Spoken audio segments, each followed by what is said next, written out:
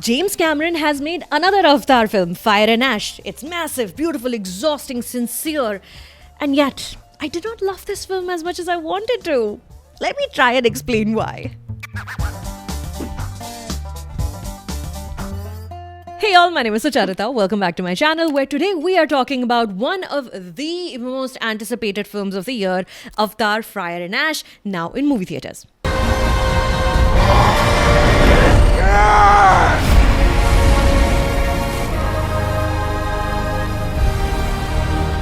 So, Avatar Fire and Ash picks up right after The Way of Water, where it left off. Jake Sully and Neytiri, they're carrying this heavy grief of losing a son. Their kids, in particular Loak, they're all burdened under survivor's guilt. Pandora continues to be on the edge of war with the Resource Development Administration, the Sky People, the RDA. Also in the mix is a new tribe, the fire-forged Mangwan clan, or the Ash People. These people are shaped by this hardened philosophy of survival.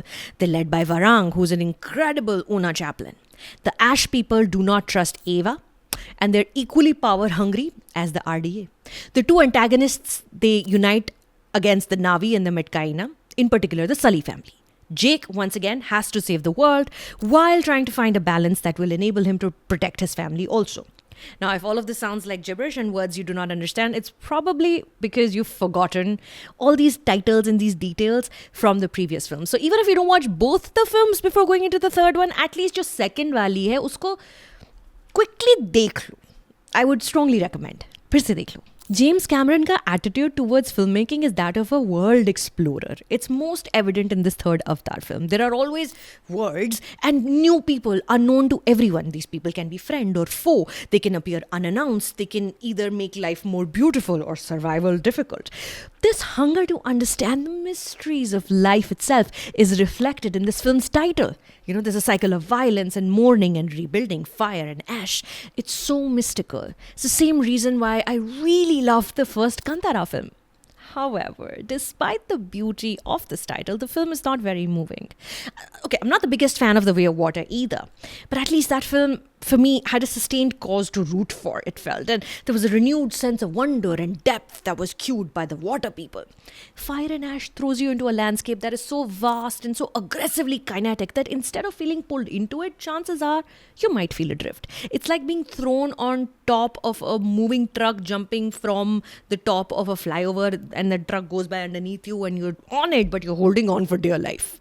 And yet, you can't help feeling this deep awe of James Cameron as a filmmaker. Sure, yes, it's because of the spectacle and all of that, but also because he keeps pushing the art and technology of cinema forward in service of the medium and the story he genuinely wants to tell.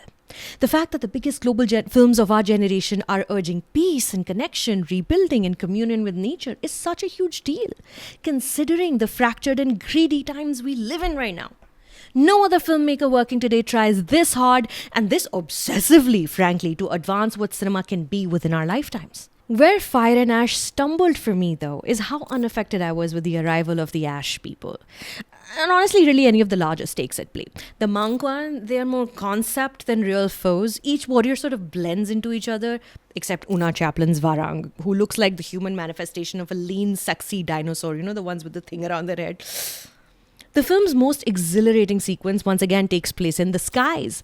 Led by Varang, the aerial battle with magnificent airships, you'll see it, and there's kamikaze warriors all around you plummeting onto top of this giant flying ship. The ship is a stunning, functional flying vessel where Lenoterex dock mid-air. There are hidden chambers and sweeping views of the Pandora below, which reminds you that this is the world that's meant to be observed from above, from a height, only to be admired, too large to be conquered.